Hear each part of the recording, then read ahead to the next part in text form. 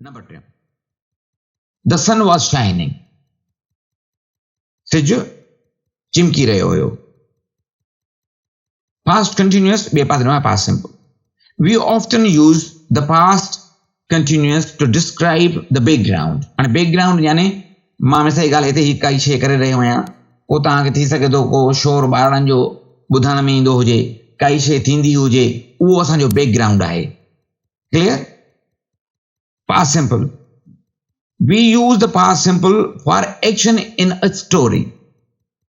Past simple ज़मान हाल सादो, ज़मान माज़ी अलाए छो मूंखे ज़मान हाल ज़बान ते चढ़ी थो वञे. Sorry for that. We use the past simple for actions in a story.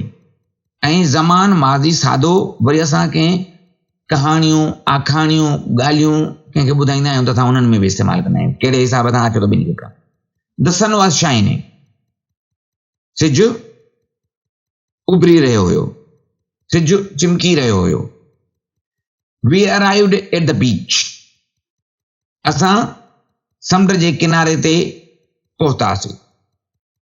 The stars were twinkling. सितारा चिमकी रहिया हुया, टिमकी रहिया हुया. The aliens landed quietly. Aliens यानी ॿी मखलूक, धारी मखलूक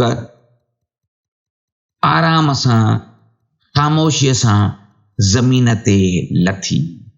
त इहो हुयो यूनिट जेको मूं पढ़ियो, इंटरप्रेट कयो, डिस्क्राइब कयो, जेको मूं जंहिं अंदाज़ में सम्झो, ऐं उमेद आहे त तव्हांखे सम्झ में बि आयो हूंदो. वीडियो सुठो लॻो आहे त वीडियो खे लाइक करे छॾियो. सब्सक्राइब चैनल खे न आहे को सब्सक्राइब करे छॾियो जीअं तव्हांखे नवां नवां वीडियोज़ मिलंदा रहनि. ऐं तालीम खे पंहिंजो पाण ते महदूद न रखो, इन खे वंडियो विरिहायो.